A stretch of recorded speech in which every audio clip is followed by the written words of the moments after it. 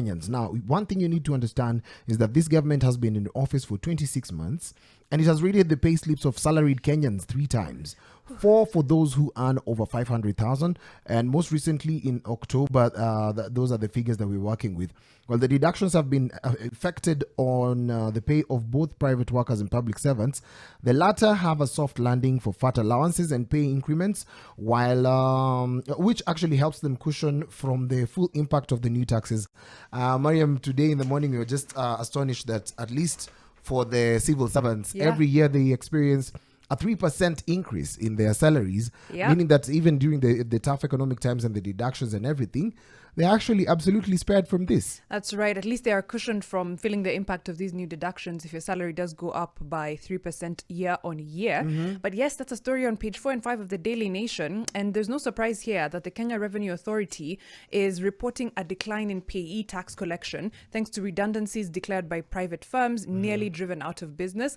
We've said it again. We'll say it again. It turns out you cannot tax your way into prosperity. Also, you cannot tax people what they do not have in these tough economic times.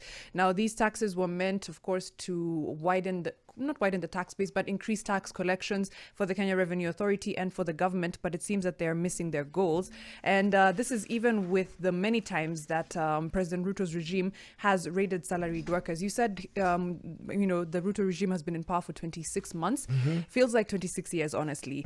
The first raid came in February 2023 when the Court of Appeal upheld a section of the National Social Security Fund Act of 2013, which raises pension contributions from 200 shillings flat to 1.2% of the salary. Half is paid by the worker, half is paid by the employer. As we look at that, these deductions, as soon as your money just hits the account like this, either via M-Pesa or via mobile money or however you receive your monies, you definitely notice that there's a deduction of 2.75. Mariam has already mentioned and says that 2.7% was slashed from your money first time towards the social health insurance fund. And as we look at that, President Ruto has also raided on different monies, at least through the Court of Appeal. We've seen some of the things being upheld. But as that continues, we'd like to ask you, where does the shoe pinch the most? That's sababu unaweza kuwa ni mali penye initially we already had like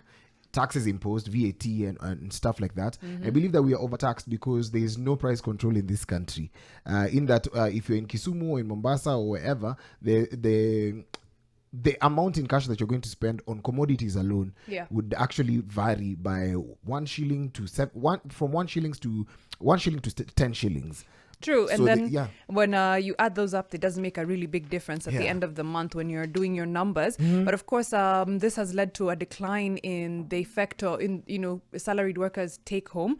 But the two classes of salaried workers being talked about in the Daily Nation were, of course, civil servants and then, the rest, because civil servants enjoy security of tenure. They also have great pay perks, which make government jobs very, very highly sought after. Their allowances, etc. Of course, the fact that they get to have these pay increments year on year does make a big difference.